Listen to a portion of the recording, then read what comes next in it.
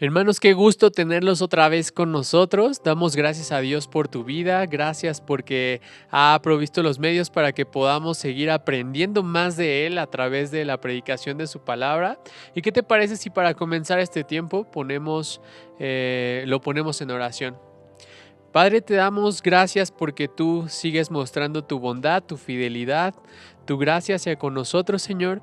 Te pedimos que hoy seas tú hablándonos, que la palabra que tú tienes para nosotros pueda penetrar hasta lo más profundo de nuestro corazón, Señor, que cambie nuestro entendimiento, que cambie nuestra voluntad, nuestras emociones, que los mueva hacia ti, Señor. Te damos gracias porque tú has preparado este momento para ello.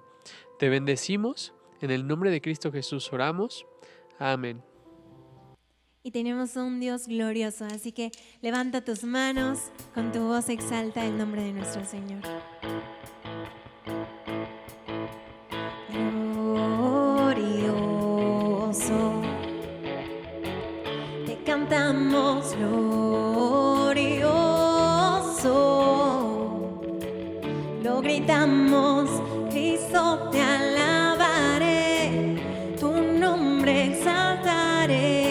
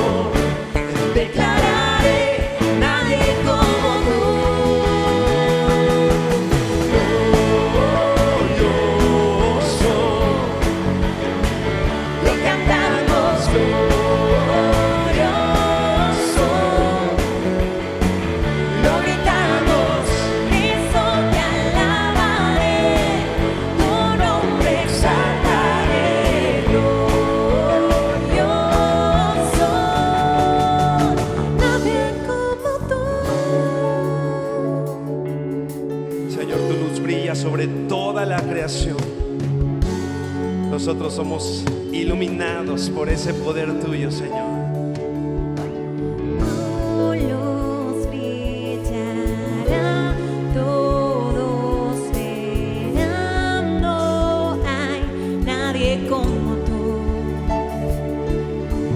Tú los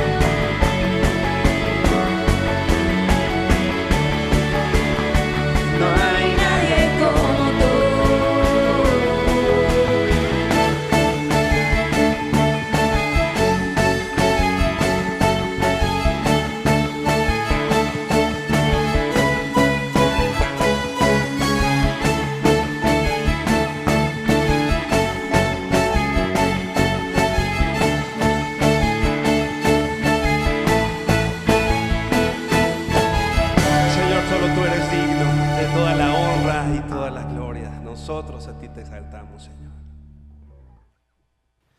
Señor, tu promesa es estar con nosotros hasta el fin, Dios. Así que confiando en tu palabra, confiando en esa voz, la voz de nuestro pastor, esa voz que no podemos confundir, Señor, tenemos esperanza. Aunque yo esté en el valle de la muerte y dolor, tu amor me quita todo temor.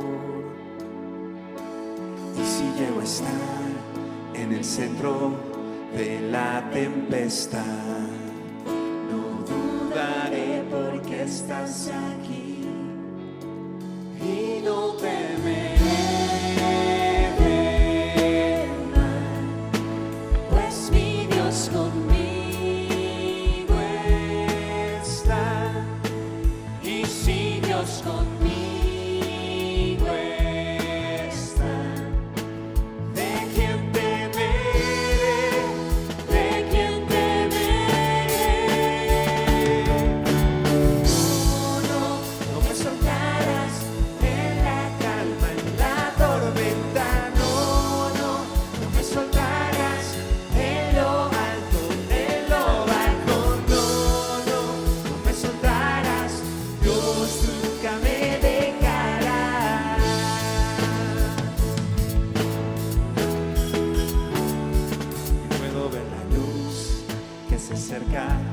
al que busca de ti. Gloriosa luz cual otra no hay. Y terminarán los problemas mientras llega el fin. Viviremos conociéndote a ti y no temeré del mal, pues mi Dios conmigo está. Y si Dios conmigo está, ¿de quién temeré? ¿De quién temeré? No, no, no me soltarás en la calma, en la tormenta. No, no, no me soltarás en lo alto, en lo bajo. No, no, no me soltarás. Dios, tú nunca me dejarás.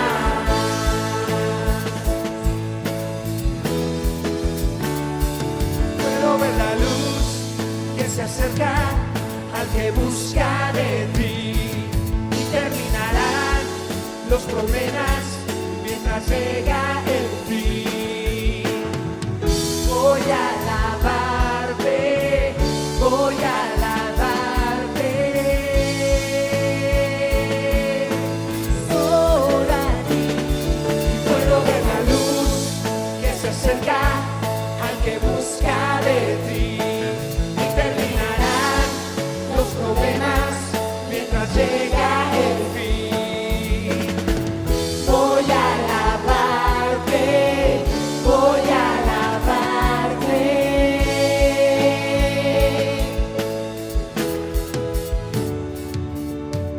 No, no, no me soltarás en la calma, en la tormenta. No, no, no me soltarás en lo alto, en lo bajo. No, no, no me soltarás. Dios, tú nunca me dejarás.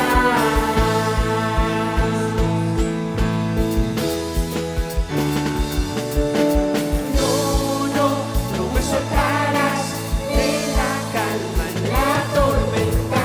No, no, no me soltarás en lo alto, en lo bajo. No, no, no me soltarás. Dios, tú nunca me dejarás. Dios, tú nunca me dejarás.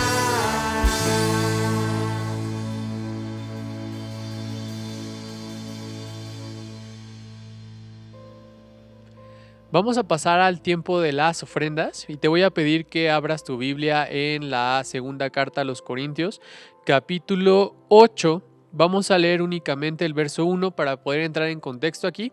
Es una carta que se escribe a la iglesia de los Corintios, que está al sur de Grecia. Y vamos a ver aquí cómo Pablo quiere dar a conocer lo que Dios ha hecho por medio de las iglesias de Macedonia, que es la región que está al norte de Grecia, que la conforman las iglesias de Filipos, Tesalónica y Berea. Y estas iglesias estaban siendo oprimidas, eran muy pobres, había muchas guerras ahí, los romanos las habían saqueado, por ende tenían hambruna, había persecución económica, la iglesia estaba compuesta por muy pocos ricos y en su mayoría eran pobres, había una disipación de los recursos materiales que habían poseído.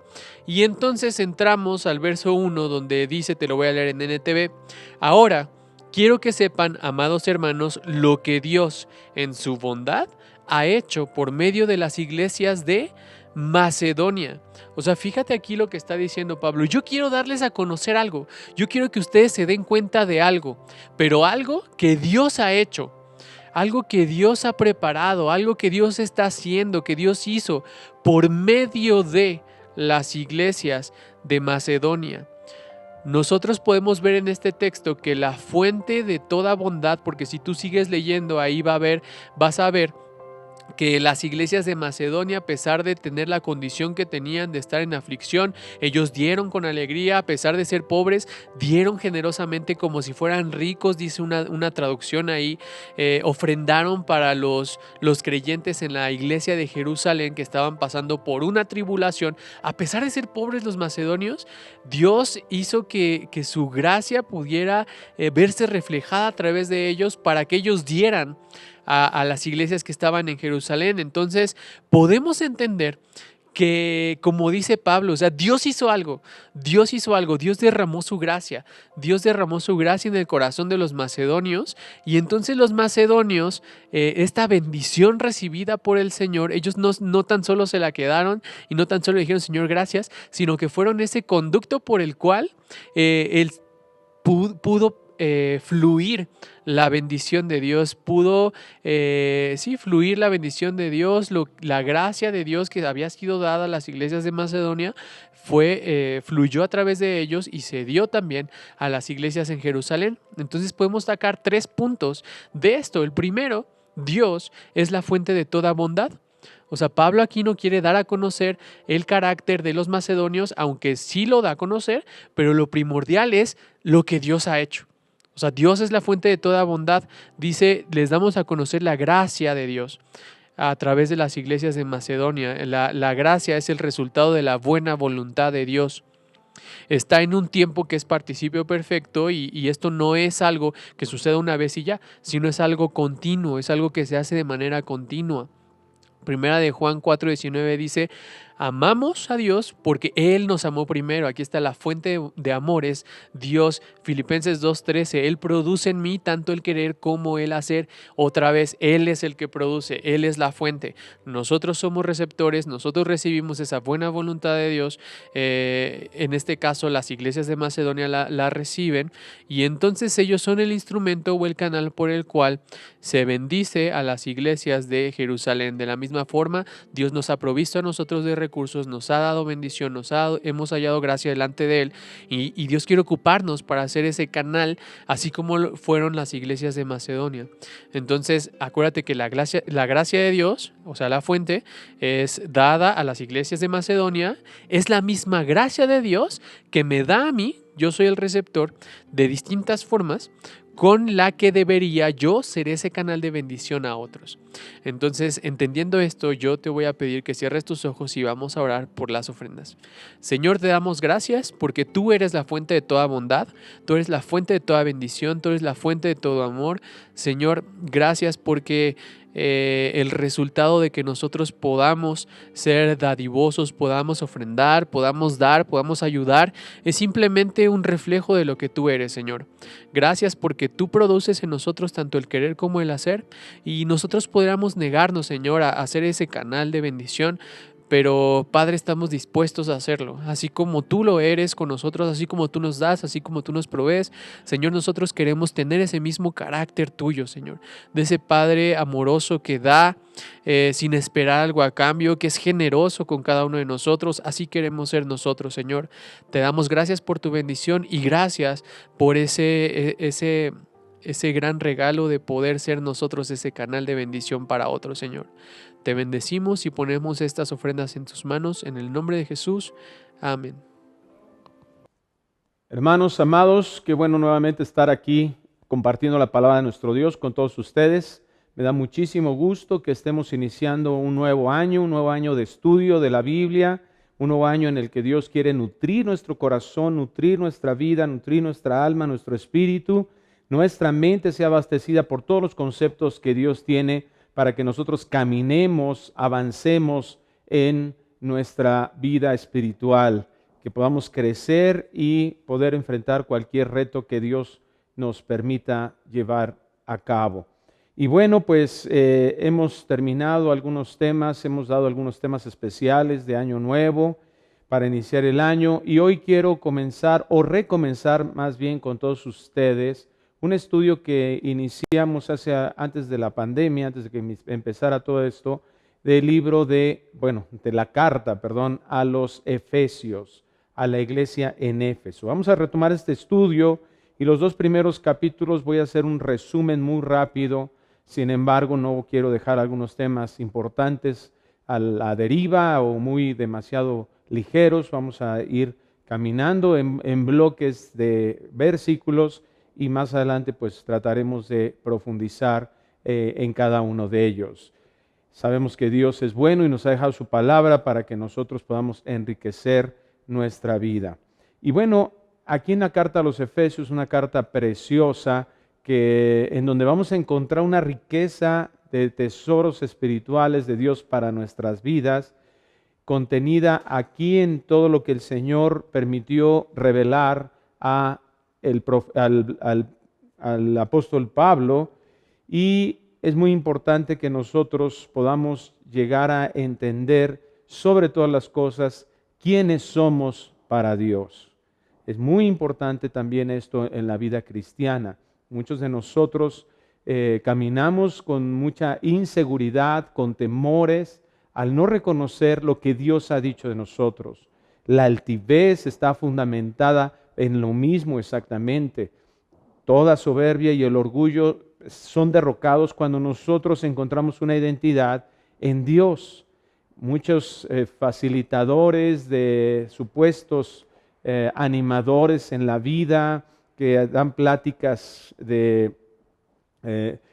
para provocar al hombre, para impulsar al hombre, de autoayuda y todos estos temas, tratan de mejorar lo que ha denominado el hombre la autoestima, es decir, tratando de hacer que brote de nosotros mismos una seguridad, un caminar en este mundo, avanzar en este mundo, diferentes situaciones laborales, familiares.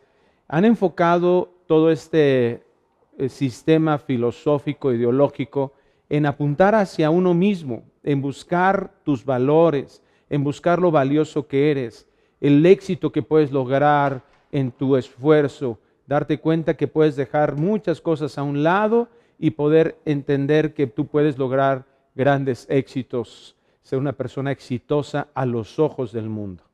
Sin embargo, esto lo que vemos claramente como fruto es un crecimiento terrible del orgullo a tal grado que nos sentimos en muchas situaciones, en muchos conceptos más sabios que Dios. Esto permeado dentro de la iglesia ha provocado que haya personas que tengan una interpretación equivocada de la Escritura, a tal grado que escuchamos muchos precursores de estas ideologías, de estas formas psicológicas de ver la vida o de apuntar o de invertir en la mente del hombre. Vemos que muchos de ellos están a favor, repito, dentro de la iglesia cristiana, a favor de que la Biblia ya ni siquiera tiene la verdad absoluta, que la interpretación de la Biblia tiene que estar de forma subjetiva en función de cada uno, cada perspectiva, en función de mis propios intereses, y que inclusive se ha llegado a negar la inerrabilidad y la infalibilidad de la Escritura. Es decir, que la Biblia tiene errores, que la Biblia se puede llegar a contradecir en muchas de sus partes y que requieren una consideración personal y cultural. Debemos de tener mucho cuidado porque la Escritura fue dada a hombres piadosos, dice la Biblia, fue inspirada por Dios y ciertamente requiere de un estudio hermenéutico, es decir, reglas que nos permitan tener el correcto mensaje, obtener el correcto mensaje para el que fue dado en el momento y con lo que está ahí escrito. No podemos nosotros hacer una interpretación, eso no significa ser subjetivo, al contrario, tenemos que, es decir, no depende de la opinión de cada quien, sino que nosotros podamos entender que la interpretación de la Biblia es pública, es objetiva. Dice Pedro en su segunda carta, no es de interpretación privada.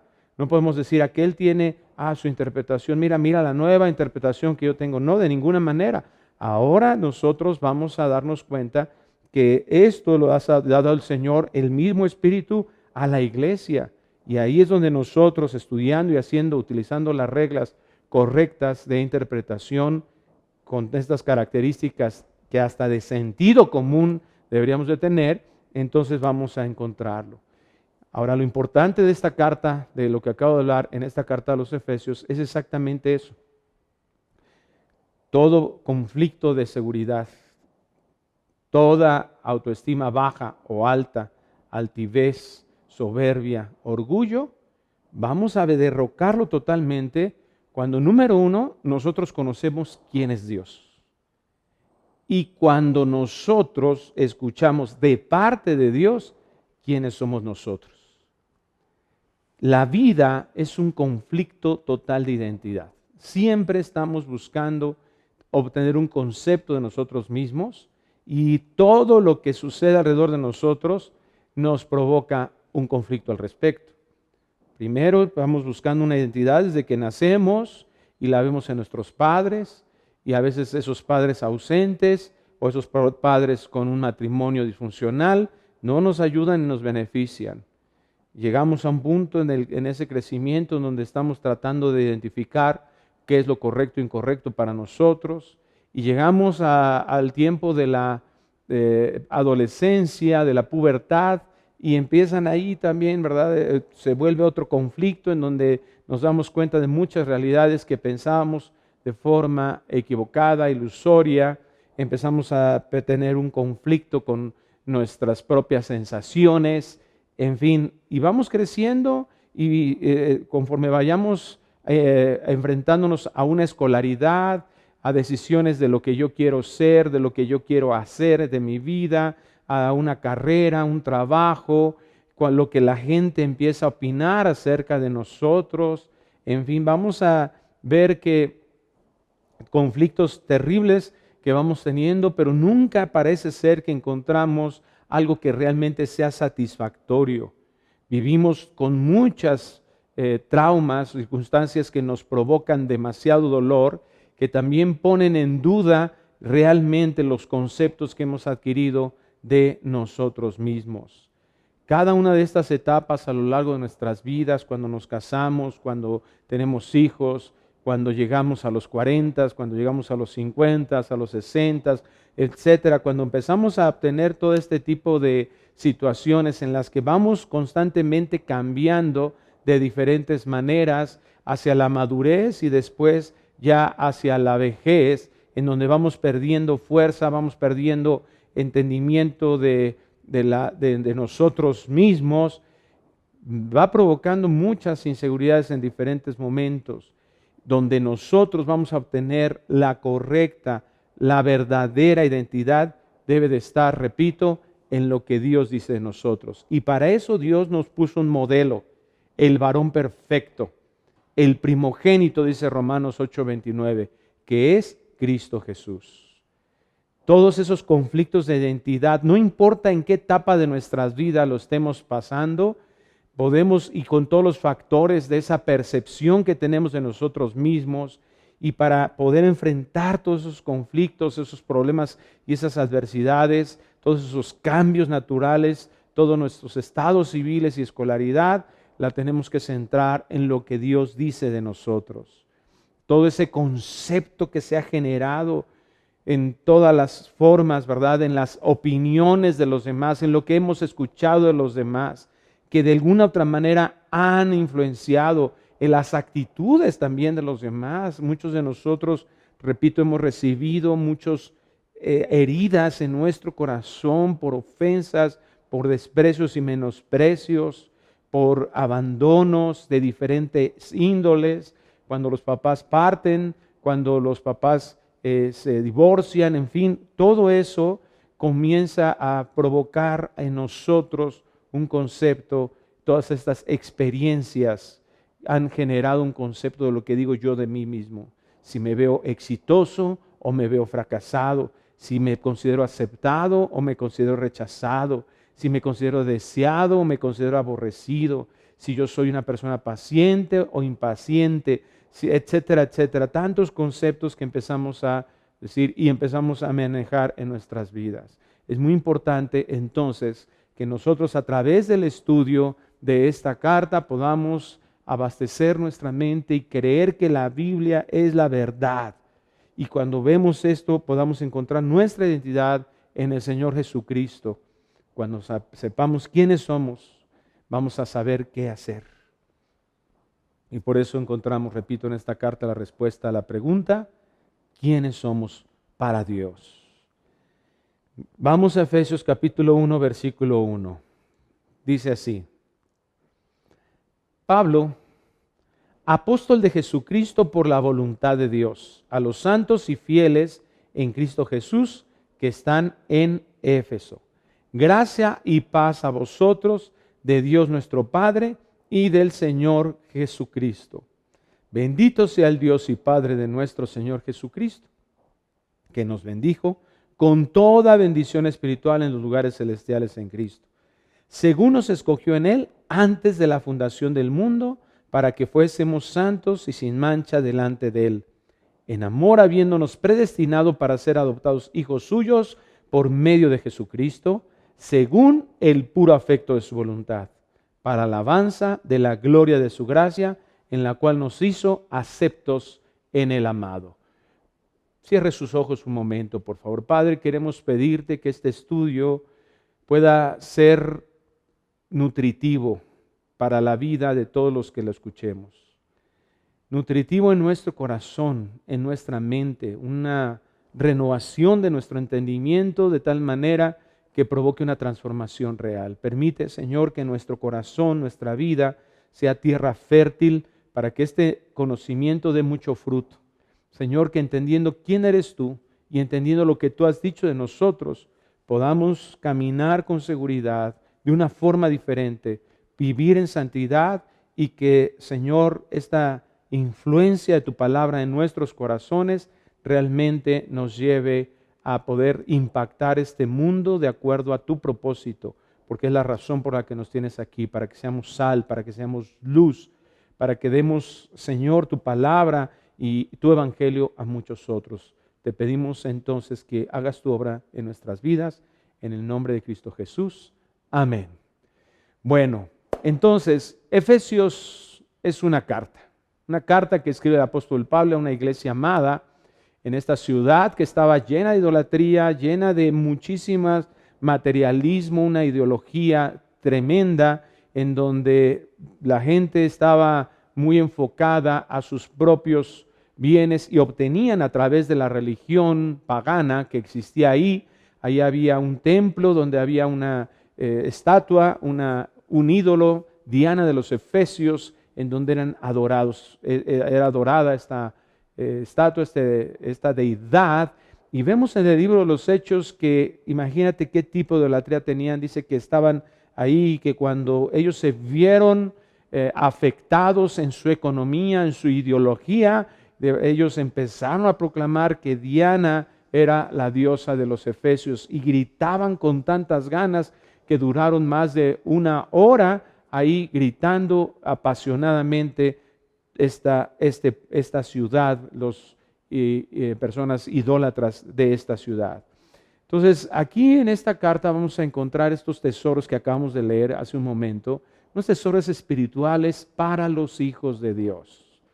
Los hijos de Dios tenemos que aventarnos un clavado a todas estas cartas, estudiarlas a profundidad para que entendamos la riqueza de lo que Cristo ganó para nosotros. Porque Dios no quiere que nosotros vivamos en este mundo como unos miserables, como unos fracasados. Dios no quiere que nosotros vayamos caminando, porque esa es la vida de muchos cristianos.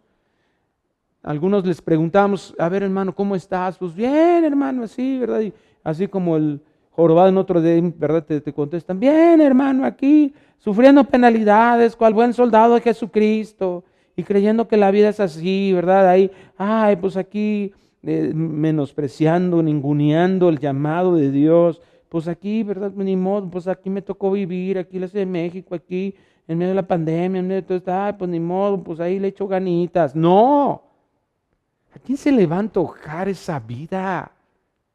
Cristo lo dijo en Juan 10, venido a traer vida, ¿verdad? El diablo es un hurtador, es un ladrón. Él viene a robar, a matar, a destruir. Y destruye todo lo que pueda. Él ya no puede matar nuestro espíritu porque lo dio vida a Cristo. Pero Él sí mata las ilusiones de muchos cristianos. Mata los ministerios de muchos siervos. Mata el amor de muchos cristianos que están dentro de una familia y las divide. Y esa no es la forma en que Dios quiere que nos levantemos en el nombre del Señor. Esto que ganó Cristo para nosotros, mira, es como un boleto BTP que compraste, que adquiriste, un viaje todo pagado. Y muchas veces no tienes idea de lo que eso significa, al no estar ahí, ¿verdad? Consciente de, pues compré esto y ahí voy, ¿verdad? Y entonces ya me voy al viaje y llegas al hotel que está ahí y ves los restaurantes preciosos que están y nada más te asomas y dices, no, pero eso debe ser muy caro. Ay, no, que... Y luego llegas ahí al lugar donde dan bebidas y, ay, qué rica, mira esa bebida, qué rica. ¿Cuánto costará? Y volteas a la cartera, ¿verdad? Y si me alcanzará, híjole. Hasta que ya, ¿verdad? Se cansa esa persona y dice, bueno, pues vamos a aventarnos, a ver, esposita, vamos a aventarnos una comidita en uno de esos, aunque sea para disfrutar, ¿no? El viaje. Y va y le pregunta, ¿verdad? Oiga, señorita, ¿cuánto cuesta comer en este restaurante? Y se le queda viendo ahí la hostess del restaurante y le dice, señor, ¿ya leyó su boleto? ¿Ya leyó lo que compró? Este es un todo incluido. Ya fue adquirido. Ya se pagó. Usted puede entrar aquí y disfrutar de todas estas bendiciones, de todo este manjar. Y así nos pasa a muchos cristianos, al no entender lo que la Escritura, no profundizar, al ser tan superficiales en nuestras lecturas y en nuestros estudios bíblicos, al estar escuchando tanta filosofía y no lo que la Escritura nos está diciendo, no hacemos una exégesis, es decir, extraer el mensaje, la riqueza de lo que Dios nos está hablando, como si, ¿verdad? Yo tenía una señora, una abuelita de mis primos, que me gustaba mucho ir a su casa, porque yo me sentaba y ella nos platicaba, y cuando yo era niño nos platicaba, hasta ella en su mecedora, así como de película, así me pasaba.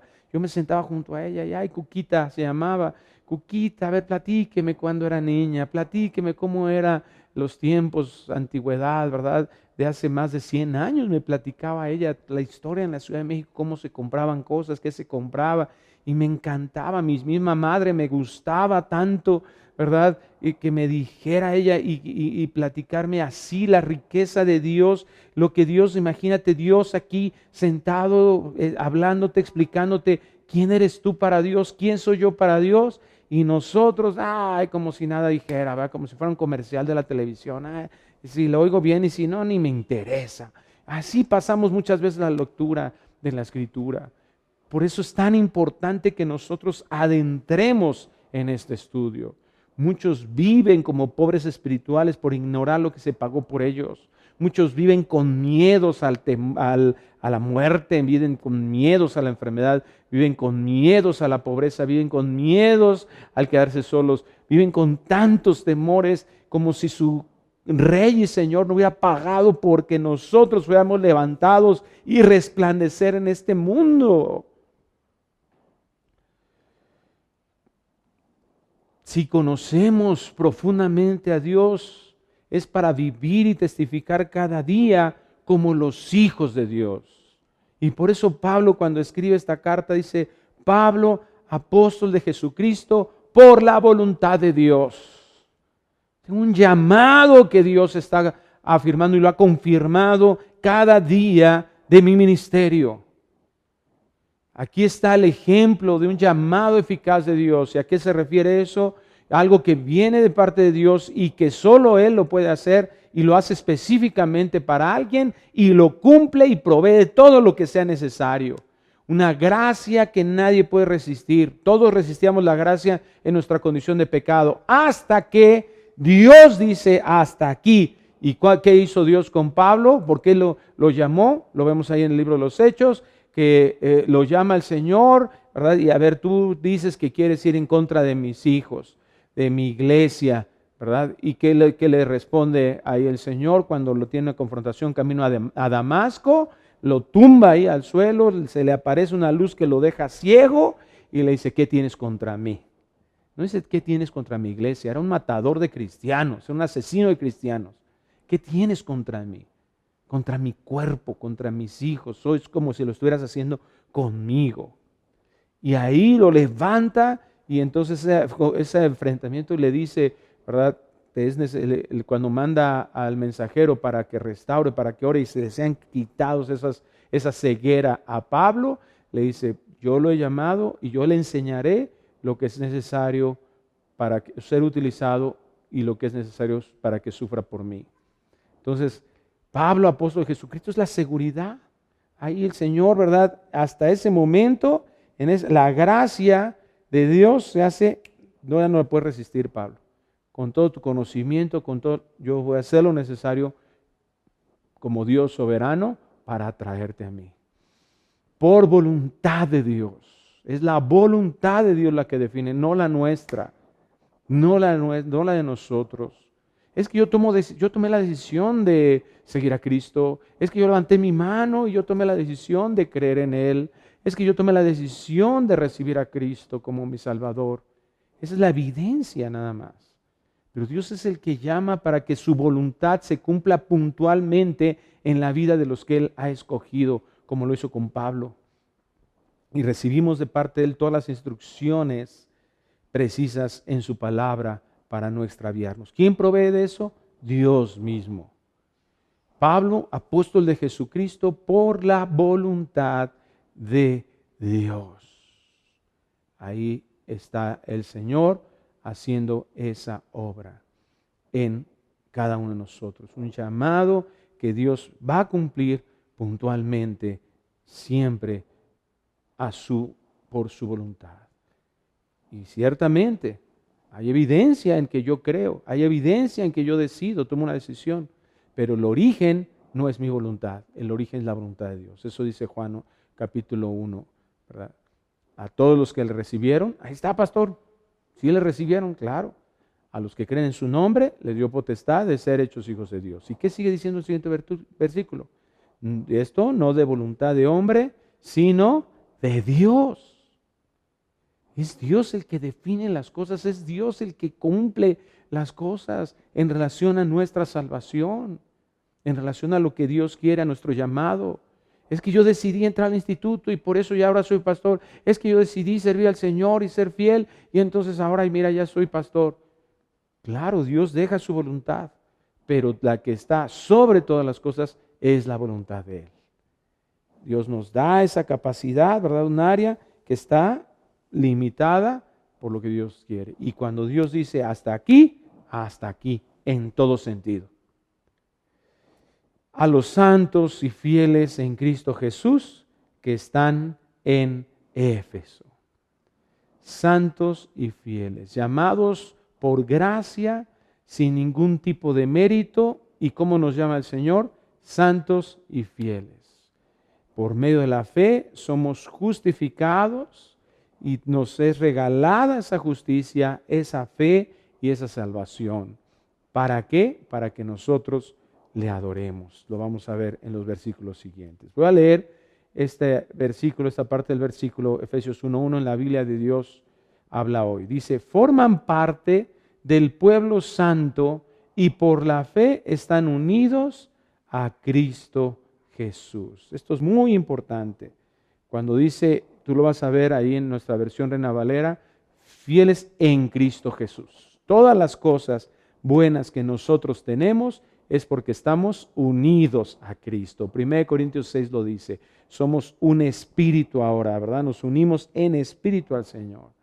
Y por eso ahora nosotros es lo que nos comparte Cristo, su santidad y la fe. Entonces estas riquezas que Dios tiene para nosotros son alcanzadas única y exclusivamente por la obra de Cristo Jesús, no por nuestros méritos. Si estamos en Cristo, es gracias a Cristo que tenemos eso, no por lo que nosotros hayamos hecho nunca jamás, ni lo que podamos llegar a ser nunca jamás. Todos los creyentes, aquí lo está diciendo, la palabra fiel tiene su raíz en la misma palabra fe, pistos. ¿Sí? Esta fe está hablando, cuando habla de santos, está hablando de aquellos que fueron colocados en esta posición de apartados de Dios, y fieles está refiriéndose a los que tienen fe, todos aquellos. Entonces, cualquier creyente de parte de Dios o en Cristo, somos santos. Y cualquier creyente, ¿verdad? Y cualquier santo es porque ha creído. Es una unión total. Santos y fieles, fe y santidad, pureza. Todos ellos, ¿verdad? Somos herederos en Cristo, por la obra de Cristo, en la unión que tenemos con Cristo. Gracia y paz a vosotros, de Dios nuestro Padre y del Señor Jesucristo. Entonces, aquí ya estamos respondiendo a la pregunta, ¿quiénes somos para Dios? Mira, es muy importante que nosotros comencemos a señalar esto que Dios dice. Si nosotros queremos encontrar una identidad con Cristo, tenemos que comenzar a señalar lo que Dios dice de nosotros. Y ya vimos dos. ¿Quiénes somos para Dios? Número 1, dice Dios en su palabra, que si tú has creído en Jesucristo como tu Señor y Salvador, que Él pagó por tus pecados en la cruz del Calvario, que Él sustituyó tu lugar, mereciendo tú el infierno y estar apartado, la soledad que implicaba, la maldición de estar apartado de Dios por toda la eternidad.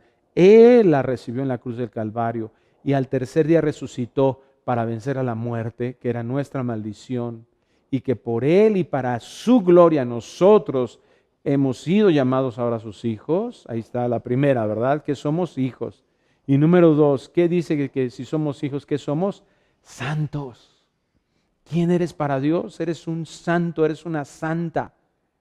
Y tú puedes decir, ¿yo? ¿Yo? Con todo mi orgullo, con toda mi soberbia. Yo que anoche mira lo que pensé. Si tú has nacido de nuevo, te vas a dar cuenta que tu vida ahora en relación al pecado tampoco es la misma. Ahora la búsqueda del deseo del corazón regenerado es santidad. Y algo que antes nunca habías podido poner tu confianza, ahora lo tienes. La gracia se manifiesta de esa manera. Es la fe. Crees en lo que nunca habías podido creer por tu propio esfuerzo. Es algo que hace Dios. Entonces Dios te llama santo. Dios te llama fiel. Esto es lo que está embestido por la obra de Cristo. En Cristo somos embestidos de una justicia que se manifiesta con santidad y con fe en la palabra de Dios, en lo que Dios ha hecho y ha dicho. Ya encontramos entonces nuestra identidad si estamos en Cristo. Y Dios dice que a nosotros nos es manifestada esa gracia y paz. Para nosotros es de parte de Dios, que es nuestro Padre. Entonces ahí estamos, ¿verdad? Hijos, santos, fieles. Cuando alguien te pregunte, cuando tú te preguntes, cuando te das el espejo y dices, oye, qué feo estoy. Oye, no, es que ya estoy muy viejita, ya estoy, mira, bien acabada. Deja de pensar en eso como los valores más grandes, porque eso es lo que nos impone el mundo, con todos sus sistemas absurdos, ¿verdad? Impresionante en esas cosas que está imponiendo en la belleza, en la estética, todas cosas terribles, una manipulación terrible de la sociedad. Deja de pensar en eso y tú di lo que la palabra dice de ti. Ay, es que tuve un esposo que me maltrató muchísimo y me decía que estaba bien fea y que no servía para nada, y mis padres fueron abusivos y me dijeron, ok, ¿sabes qué? La manera de que todo eso se vaya a un lado es cuando tú perdonas y ahora tú abasteces tu vida, tu mente de lo que dice Dios. Dios, el Todopoderoso, el Creador del universo, el que dijo, sea la luz y fue hecho la luz. El que dijo, sean las lumbreras, y son las lumbreras que estamos viendo al día de hoy. El que dijo, produzca la tierra árboles y produzca fruto y produzca animales, y todo fue hecho por su voz. Ese todopoderoso que sustenta la creación está diciéndote, eres mi hija y eres santa, apartada para mí, y eres fiel. Eres una creyente. Pon tu confianza en mí.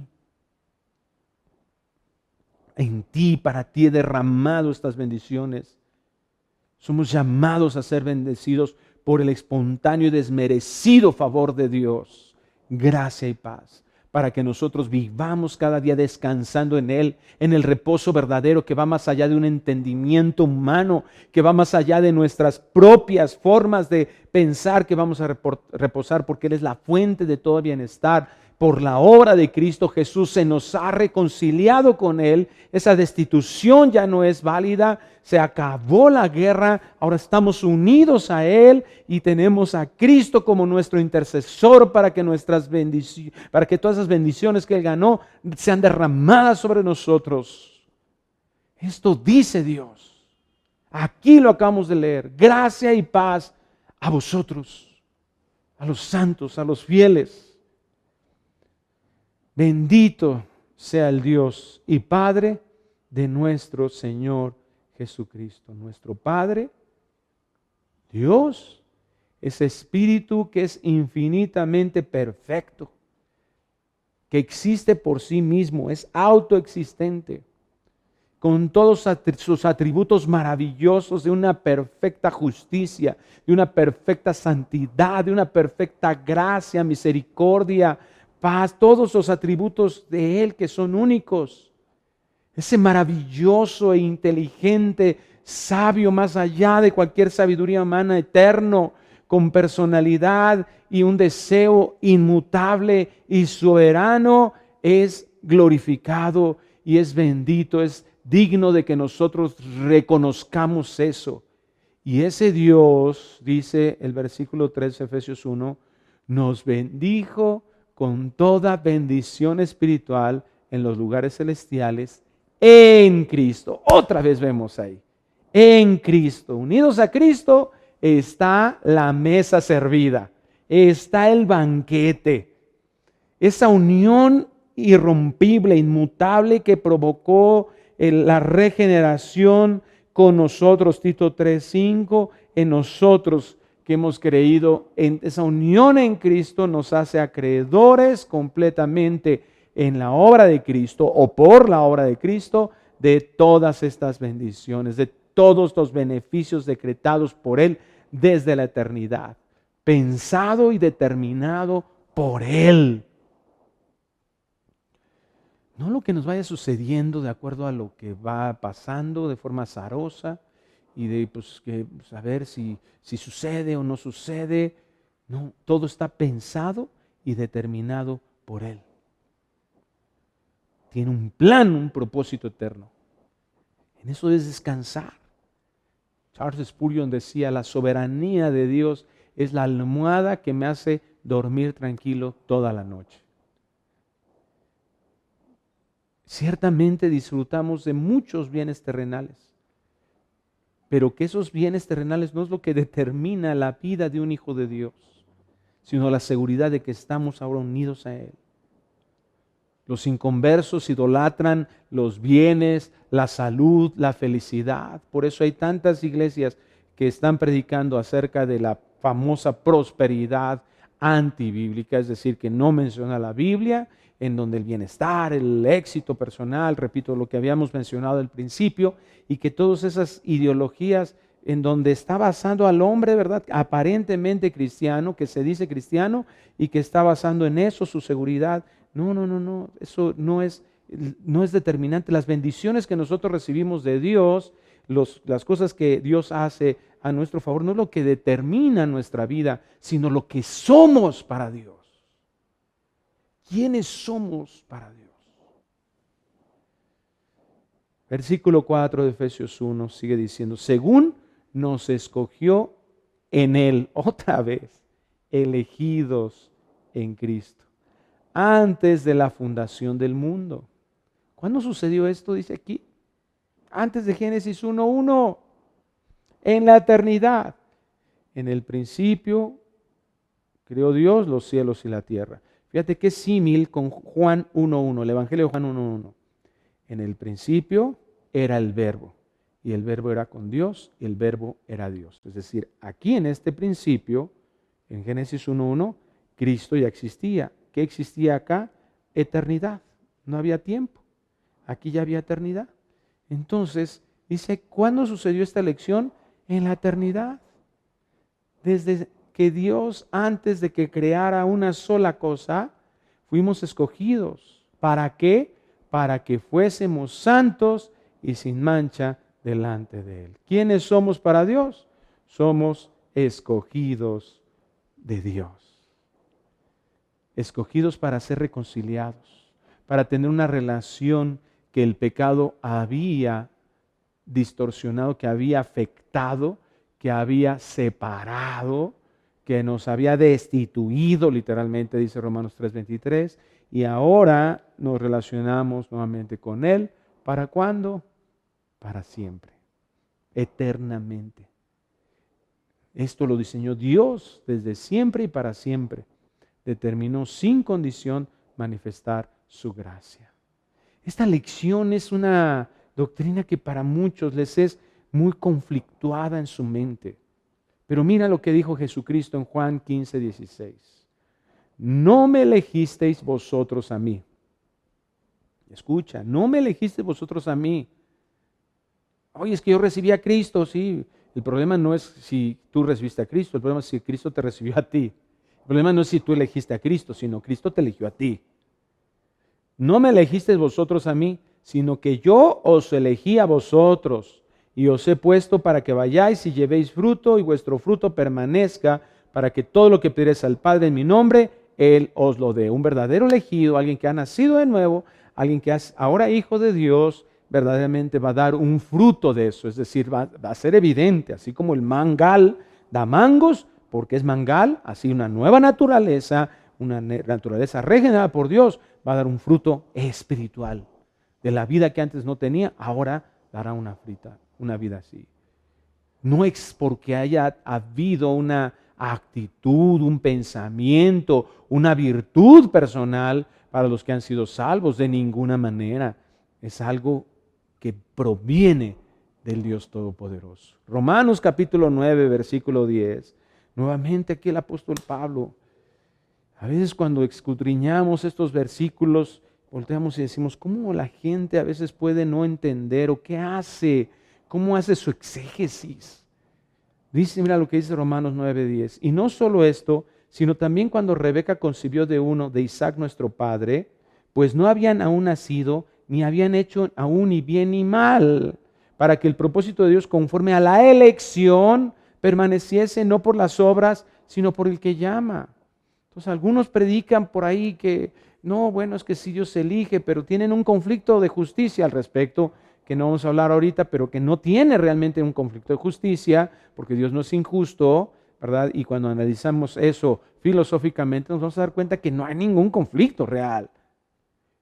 Entonces aparenta, ¿verdad? Podemos llegar a pensar eso, pero cuando lo analizamos con detalle, nos vamos a dar cuenta que no existe y no necesitamos justificar nada. No necesitamos justificar una elección soberana respecto a una filosofía de justicia o injusticia divina. No existe una necesidad de eso si nosotros escudriñamos la Escritura. ¿Qué habían hecho los hijos de Isaac, Jacob y Esaú? ¿Qué habían hecho? Dice aquí, nada. No es por lo que ellos hagan. Está hablando de la elección soberana. Pablo es el tema de este pasaje en la carta a los Romanos. Si hubiese alguna cosa que pudiera representar la elección de Dios, que pudiera generar o motivar la elección de Dios, este era el momento para decirlo. Pero Pablo lo dice contrario a eso. Dios eligió, hizo su elección soberana, no por nada que haya hecho una persona, no por lo que nada que había hecho ellos. Dios por su gracia elige a quien quiere Él antes de que hicieran algo. Alguien que pensaran algo, no implica una decisión personal la elección divina. Versículo 14, Romanos 9. ¿Qué pues diremos? Escucha esto, ¿que hay injusticia en Dios? En ninguna manera. Pues a Moisés dice, tendré misericordia del que yo tenga misericordia y me compadeceré del que yo me compadezca. Así que no depende del que quiere ni del que corre, sino de Dios que tiene misericordia. Entonces no existe situación para ser la causa decisiva de la salvación. Y esto, ¿por qué lo diseñó así Dios? Porque toda la gloria, escucha, toda la gloria es para Él. Vamos a Juan capítulo 6 nuevamente para poder entender y profundizar, para ver que es acorde. Algunos dicen, no, es que ahí en Efesios 1 es el único lugar donde vemos la elección soberana. ¿Qué? Bueno, Juan 6:39. Y esta es la voluntad del Padre, al Él que me envió, que de todo lo que me diere no pierda yo nada, sino que lo resucite en el día postero. Y esta es la voluntad del que me ha enviado, que todo aquel que ve al Hijo y cree en Él tenga vida eterna, y yo le resucitaré en el día postero. Ahí está, no que no, ahí está diciendo, el que crea, ese va a tener vida eterna. Sí, pero ¿qué dijo? ¿Qué dice el versículo 44? Ninguno puede venir a mí si el Padre que me envió no lo trajere, y yo le resucitaré en el día postrero. ¿Quiénes vienen a Cristo? Aquí lo dice. Los que el Padre envía. Y si esto no te queda totalmente claro, ve cómo lo confirma Cristo en el versículo 65. Y dijo, por eso os he dicho que ninguno puede venir a mí si no le fuera dado del Padre. Aquí vemos una condicional necesaria. El Padre es el que puede venir. ¿Y qué dice antes? Ninguno puede hacerlo si no es de esta manera. Por sí mismo un hombre no puede venir a salvación. El amor, el perdón y la justicia recibidos están arraigados en el designio divino eterno de Dios. Oye, pero ¿no es injusto esto? Porque algunos iban a terminar en el infierno. No, porque los que hemos recibido esta gracia, y ahí está la palabra clave, los que hemos recibido esta gracia, no teníamos una diferencia en nosotros mismos con aquellos. Todos, no hay justo ningún uno, por cuanto todos pecamos, estamos destituidos de la gloria de Dios. Todos merecíamos el juicio de Dios, de Romanos 3. Ahí íbamos en ese camino, hacia allá. No había ninguna diferencia de nosotros o por nosotros mismos, no. Y Dios en su soberanía dijo, estos. Oye, pues es que Dios previó algo que íbamos nosotros a no rechazarle, a decirle que sí. Eso no enseña la Biblia en ningún lado. Y dice, ya como ya lo vimos, lo contrario. En el compromiso omnipotente divino se establece algo que no podría depender de la fragilidad de la decisión humana, del mérito humano, de la inteligencia o de la voluntad humana. Eso tiene que estar determinado por Dios, para que fuésemos santos, nuevamente lo confirma, y sin mancha delante de Él. Lo dice Pablo y ahora lo explica.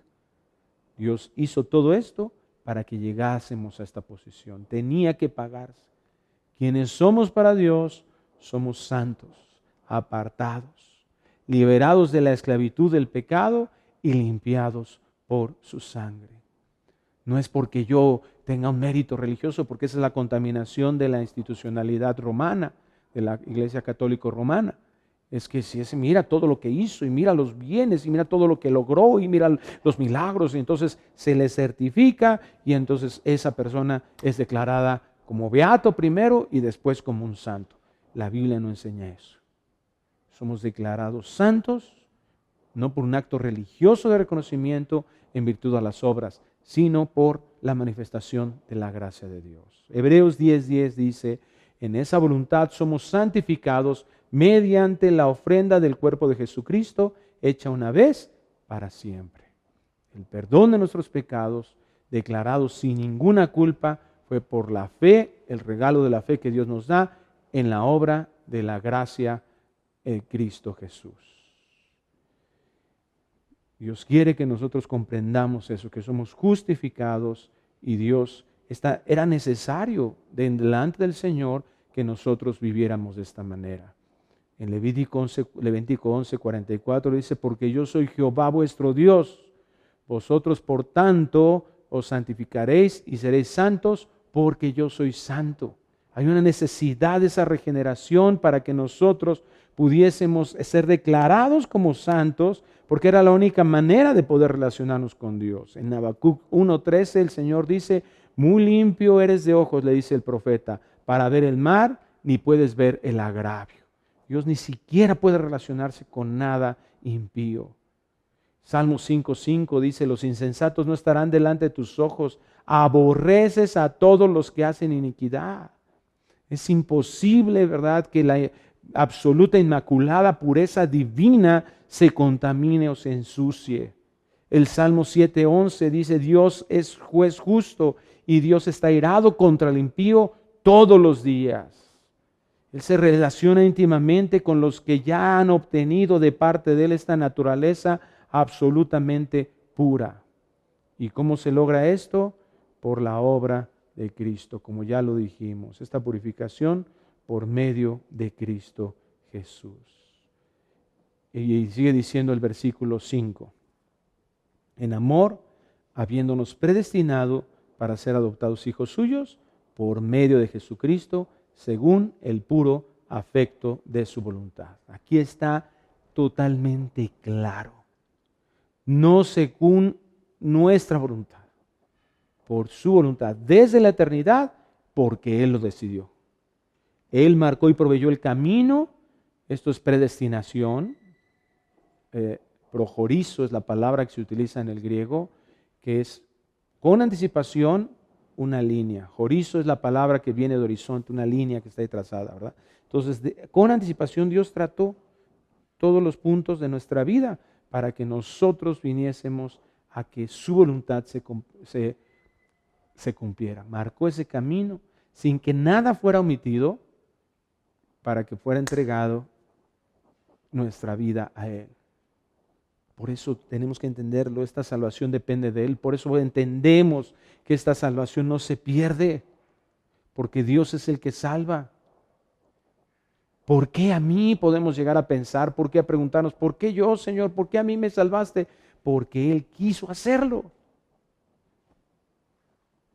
Si alguien busca de Dios es porque Dios mismo puso en ellos, es lo que nos está enseñando la Escritura. Y muchos preguntan, bueno, pero entonces ¿dónde queda la responsabilidad humana en la elección? La respuesta es en el pecado, en su condenación, no en nuestra salvación. Nosotros por nuestra propia elección merecíamos el infierno, por eso es gracia, porque todo lo que merecíamos era hacia lo negativo.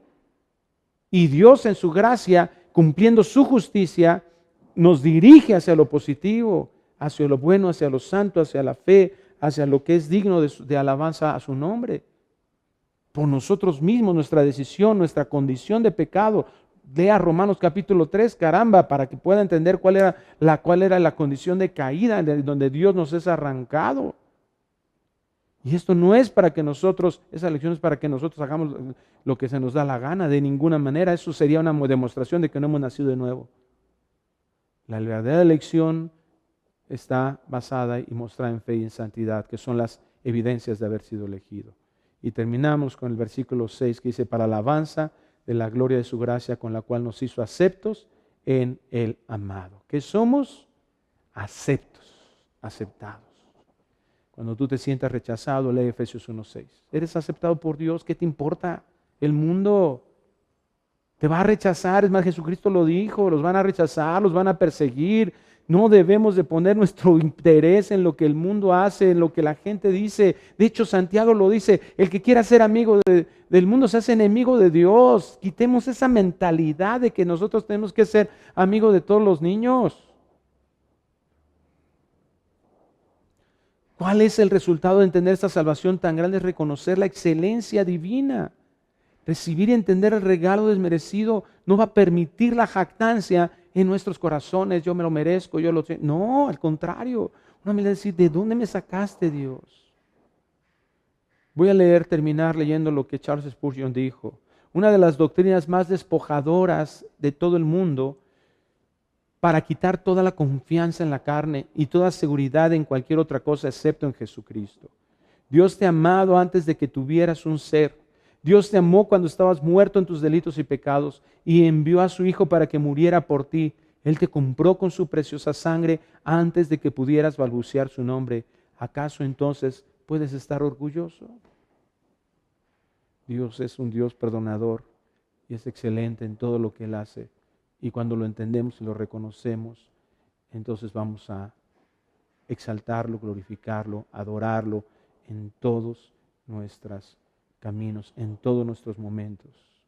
Tenemos que desechar toda esta ideología perversa, toda esta superficialidad religiosa y exponer el Evangelio con denuedo. Somos llamados para representar al Rey de Reyes y Señor de Señores, y por eso necesitamos ser levantados como sus hijos, no con orgullo, no con altivez, no con soberbia, sino con la luz, con la humildad de saber para qué estamos en este mundo y con amor publicar sus grandezas. Padre, te agradecemos y permítenos comprender, Señor, y que esta palabra se haga carne en nosotros, sea una realidad, y que no estemos buscando aceptación y reconocimiento del mundo, una amistad con el mundo, con los inconversos, que eso, Señor, sepamos que estamos ahí para bendecirlos, para edificarlos, aún en nuestra propia casa. Ese debe ser nuestro funcionamiento, servir a nuestros vecinos, a todos los que están alrededor, Señor, que podamos llevar el Evangelio, que es lo más maravilloso que tú nos has dejado para compartir, el tesoro más precioso. Pero que caminemos, Señor, ya no vivamos dependiendo de las cosas de este mundo. Señor, estamos tan enfocados, tan preocupados, tan afanados con todo este mundo, Señor, sabiendo que somos tus hijos y que, Señor, lo que tú has dicho que somos, eso pueda ser una realidad, y que lo que está aquí, Señor, en la tierra no funcione para engrandecernos a nosotros mismos, que estos conceptos nos sirvan, Señor, para que nosotros nos sintamos más que alguien más. Al contrario, que nos volvamos en el entendimiento de esta grandeza de tu Evangelio hecho realidad en nuestras vidas, seamos cada vez más humildes, porque no dependemos de lo que alguien diga de nosotros, sino estamos seguros de lo que tú has dicho de nosotros, y caminemos, seamos levantados con esa seguridad. Te lo pedimos todo esto, Señor, en el nombre precioso de Cristo Jesús. Amén y amén. Que Dios les bendiga, hermanos. Un abrazo. Vamos a continuar estudiando la palabra, no falte. Aquí nos vemos, seguimos adorando al Señor, seguimos siendo iglesia y les amamos con todo nuestro corazón. Vida Nueva para el Mundo se sostiene y propaga el mensaje de